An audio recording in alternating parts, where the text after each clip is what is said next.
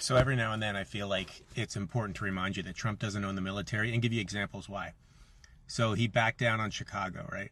If he owned the military, he would have gone in with the military. And he can't. And he won't.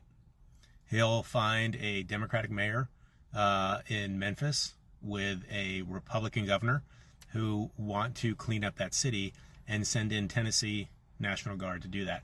And we'll see how that goes, because it may not go as well as he thinks, right? But he couldn't send the military into the city because he can't and they won't. And that's a red line. And so when he talks all this bullshit about sending the military and cracking down on all this stuff, he can't. He's 7 months in, 8 months in, and he's failing. He's absolutely failing. Again, he had to go over 38 four-star generals to find a retired three-star to run the military as the chairman of the Joint Chiefs of Staff. And that tells you something. Keg Seth is a running meme inside of the military, and this has been going on for a while. Now they are going after military members who had a difference of opinion on the value of Charlie Kirk's opinions, right?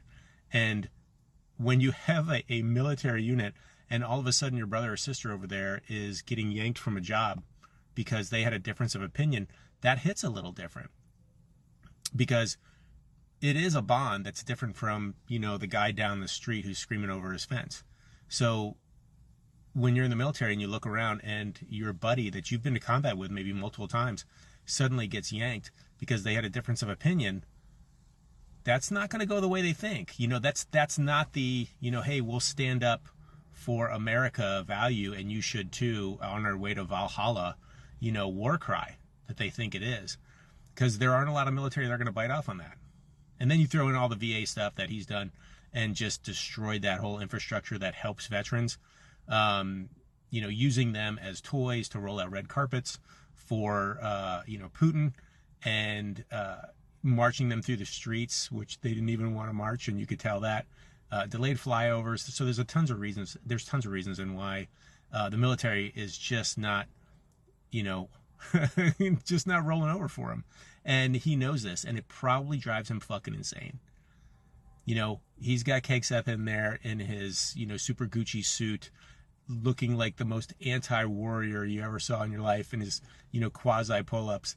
And it's just not the warrior mentality that he thought would win over the United States military. So please remember that, right? If he had control of the military, he would have sent them into Chicago, and he doesn't. He will talk all his bullshit, but it doesn't work that way. So just remember that. Things aren't as bad as they could be, but keep protesting, keep doing your thing.